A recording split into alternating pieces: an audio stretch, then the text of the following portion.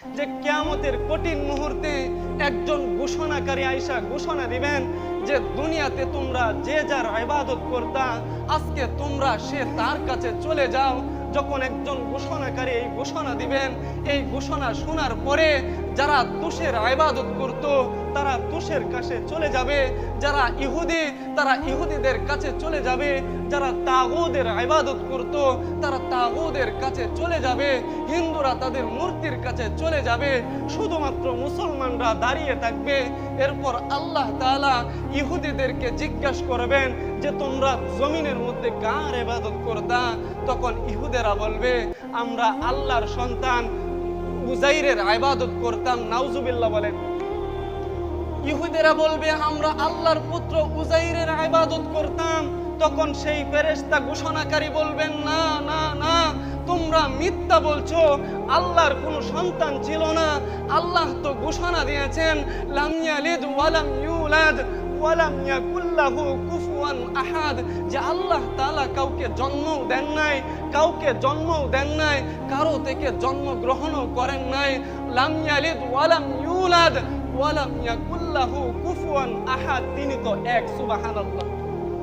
তখন তাদেরকে বলবে তোমরা মিথ্যা বলেছো। এরপর বলবে তোমরা আজ কি চাও? তখন তারা বলবে আল্লাহ আজকে আমরা একটু পানি চাই। তখন তাদেরকে এমন এক কঠিন পানি দেওয়া হবে, সেটা কোনো পানি থাকবে না, সেটা জাহান্নামের মারাত্মক ফুস, মারাত্মক থাকবে। বলেন নাউজুবিল্লাহ। মুহতারাম হাজিরিন, এরপর আবার নাসারাদেরকে জিজ্ঞাসা করবেন জমিনের মধ্যে তোমরা কার ইবাদত করতে? তারা বলবে আমরা জমিনের মধ্যে আল্লাহর পুত্র মাসিহের ইবাদত করতাম। জুড়ে বলেন নাউজুবিল্লাহ। আপনাদের তো আওয়াজ নাই, বলতেছিলাম তারা বলবে আমরা আল্লাহর পুত্র মাসিহের ইবাদত করতাম। তখন আবার ফেরেশতারা বলবে না, তোমরা মিথ্যা বলেছো, তোমরা মিথ্যা বলেছো, আল্লাহর কোনো পুত্র ছিল না, আল্লাহ কারো থেকে জন্মও নেন নাই। এরপর আল্লাহ তাআলা তাদেরকে ফেরেশতাকে ঘোষণা দিবেন এদেরকে জাহান্নামে ফেলে দাও। যখন ইহুদিদেরকেও জাহান্নামে দিয়া দিবে, হিন্দুদেরকেও জাহান্নামে দিয়া দিবে, তাগুদের ইবাদত যারা করত তাদেরকেও যখন জাহান্নামে দিয়া দিবে, এরপর সব জাহান্নামে চলে যাওয়ার পরে একটা দল শুধু দাঁড়ায়া থাকবে, সে তারা থাকবে গুনাহগার মুমিন বান্দারা। সুবহানাল্লাহ।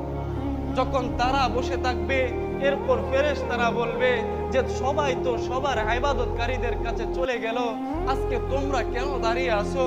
তখন সেই মুসলমান অর্থাৎ আমরা সেই দিন বলবো আল্লাহর কাছে, ওই ফেরেশতার কাছে আমরা বলবো যে কিছুক্ষণ আগে যে একজন ঘোষণাকারী আয়েশা ঘোষণা দিল জমিনের মধ্যে তোমরা যে যার ইবাদত করতা, আজকে তোমরা তার কাছে চলে যাও।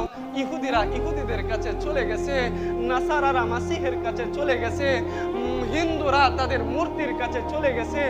আমরা তো জমিনের মধ্যে এমন একজন মালিকের ইবাদত করতাম যেই মালিককে আমরা চোখে দেখি নাই, বরং নবী তো আল্লাহকে দেখে আসছে, আমাদেরকে ঘোষণা দিয়েছে, আর আমরা নবীর কথা বিশ্বাস করে আল্লাহর উপর ঈমান এনেছিলাম।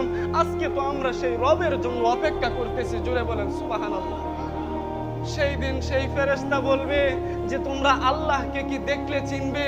তখন সেই মুমিন মুসলমান অর্থাৎ আমরা সেই দিন বলবো আমরা যদি আল্লাহকে দেখি আমরা আল্লাহকে চিনব। তখন আল্লাহ তাআলা তার আকৃতি যেটা ছিল সেটা ছাড়া অন্য এক ভিন্ন এক আকৃতিতে মুসলমানদের সামনে আয়েশা হাজির হবে। হাজির হওয়ার পরে সকল মুসলমান এক বাক্যে বলে দিবে হ্যাঁ আপনি আমাদের রব, হ্যাঁ আপনি আমাদের রব। এরপর আল্লাহ তাআলা বলবেন যে তোমরা রবের কোন নিদর্শন দেখলে তোমরা আল্লাহকে চিনবে? তখন মুমিন বান্দারা আবার বলবে আমরা যদি আল্লাহ তাআলার পায়ের গোছা দেখি তাহলে আমরা আল্লাহকে চিনব। বলেন সুবহানাল্লাহ। এরপর আল্লাহ তাআলা পর্দার আড়াল থেকে তার কুদরতি পা মুসলমানদের সামনে যখন বিছায়া দিবে, এই পা দেখার সাথে সাথে সবাই সেজদার মধ্যে পড়ে যাবে, রুকুর মধ্যে চলে যাবে। শুধুমাত্র তারা দাঁড়িয়ে থাকবে যারা জমিনের মধ্যে রুকু দেয় নাই, যারা জমিনের মধ্যে নামাজ আদায় করে নাই, তারা রুকু দিতে পারবে না, সেজদাও দিতে পারবে না। তাদের হাড়, মেরুদণ্ডের হাড় শক্ত হয়ে থাকবে। সেদিন তারা সেজদা দেওয়ার ক্ষমতা তাদের থাকবে না, সেদিন তারা দাঁড়ায়া থাকবে।